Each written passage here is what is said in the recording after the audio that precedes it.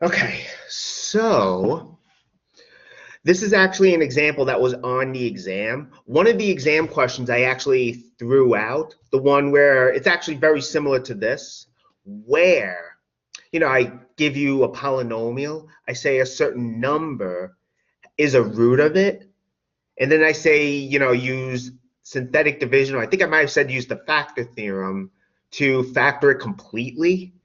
But I was looking at that question while grading, and I thought, you know what, this question's kind of silly because the polynomial you had, you could just really factor easily by factor by grouping. So that question I actually threw out. Okay. But I still think it's a good idea to do that kind of question, so I'm going to do that here. Okay. So let's do that.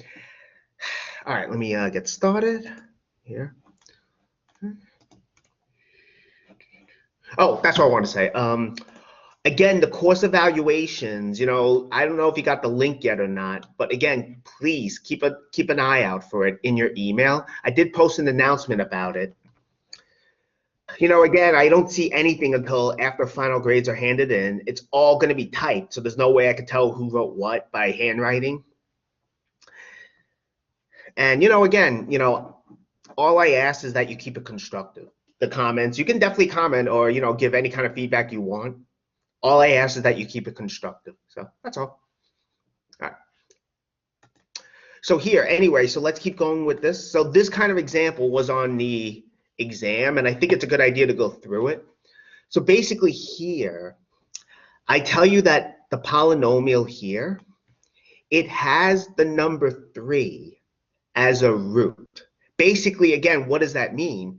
If I take x and replace it by 3, you get 0.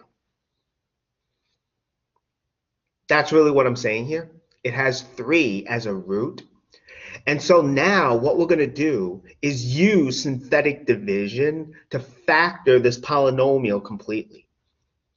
I mean, some people also did this on the exam, and this was okay. If you used polynomial long division, that's fine. I didn't go over that, but if you know how to do it already, that's cool.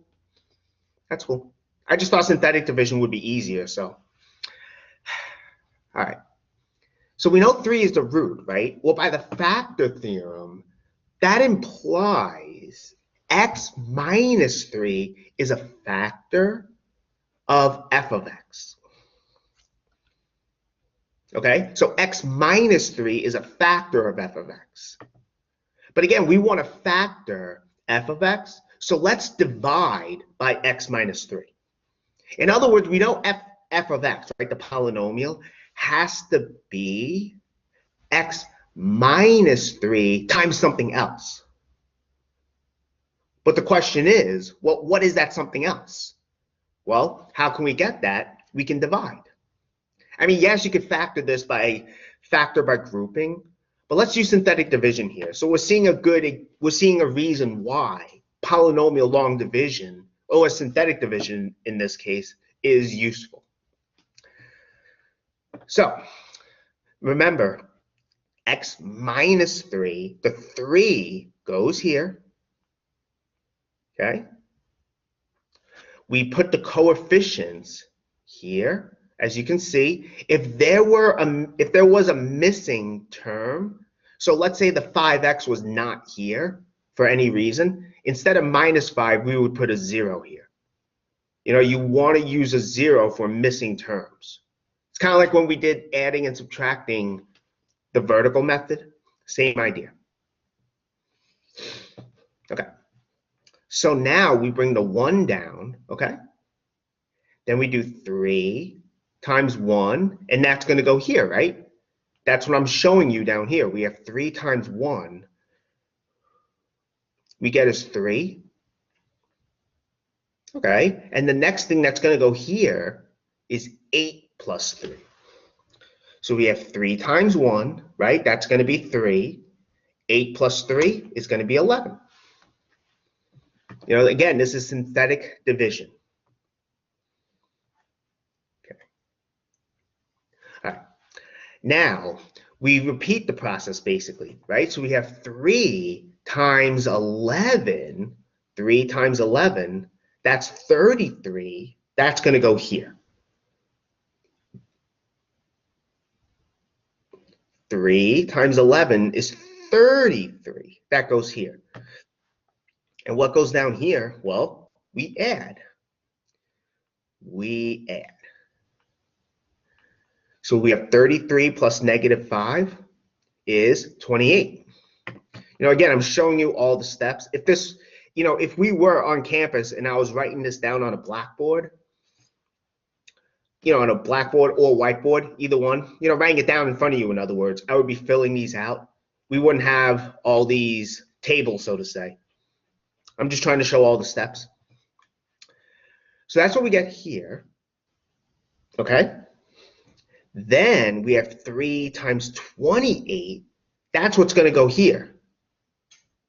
And that's actually going to be 84. Now, how did I know that beforehand? Well, I could just directly calculate it. But we know the remainder has to be 0 because remember, let me go back. We knew that this was a factor of f of x. So if we divided, we know we're going to have to get a remainder of 0. And that's actually what happens here. So we have 3 times 28 is 84. Here we add, we get 0. Okay, and remember, we can get the quotient from this. These numbers are the coefficients of the quotient, as you can see. And it always starts 1 degree less than the dividend. So our f of x, which is the dividend, right? Here it's degree 3. So the quotient's going to be degree 2. So our quotient is x squared. Oh, thought I fixed that. All right, whatever. The quotient is x squared plus 11x plus 28. And the remainder is 0.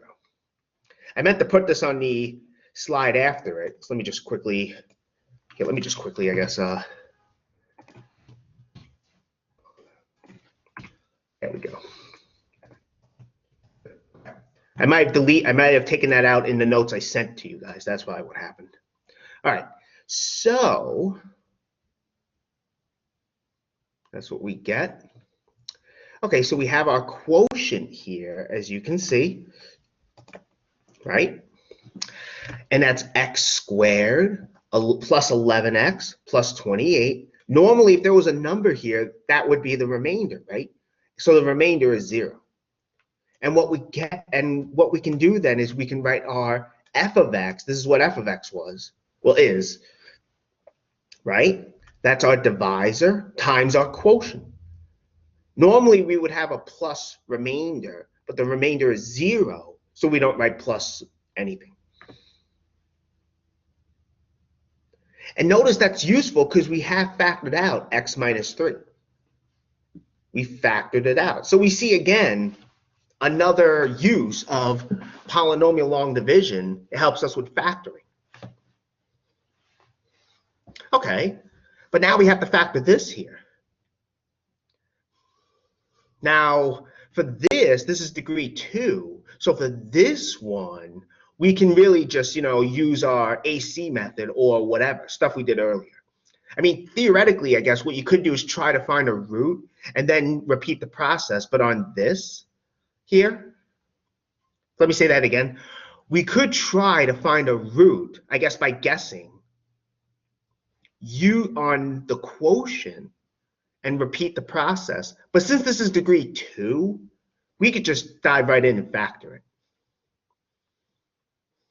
So let's do that. Okay. All right, so we have x squared plus 11x plus 28. The leading coefficient's 1, right? We have 3 terms, so we want 2 numbers whose product is 28. So I'm trying to show you here. But the sum also has to be 11. So the product's 28, the sum is 11.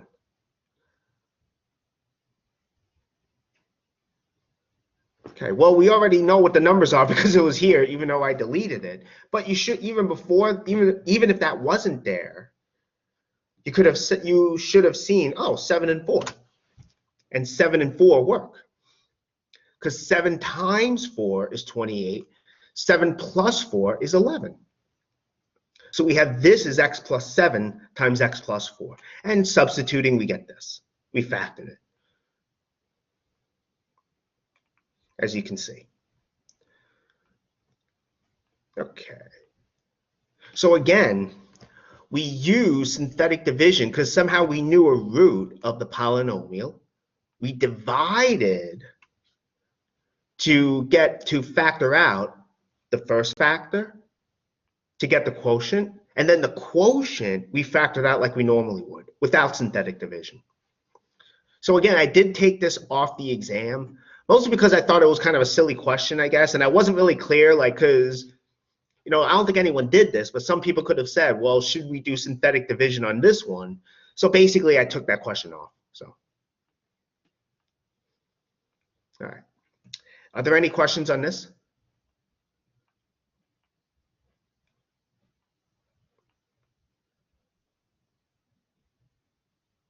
Okay. So now what I want to do is I want to do a few more examples from system of linear equations. That's actually what the homework is based on. Then what I'll do is I'll actually start reviewing. Let me just pause the recording.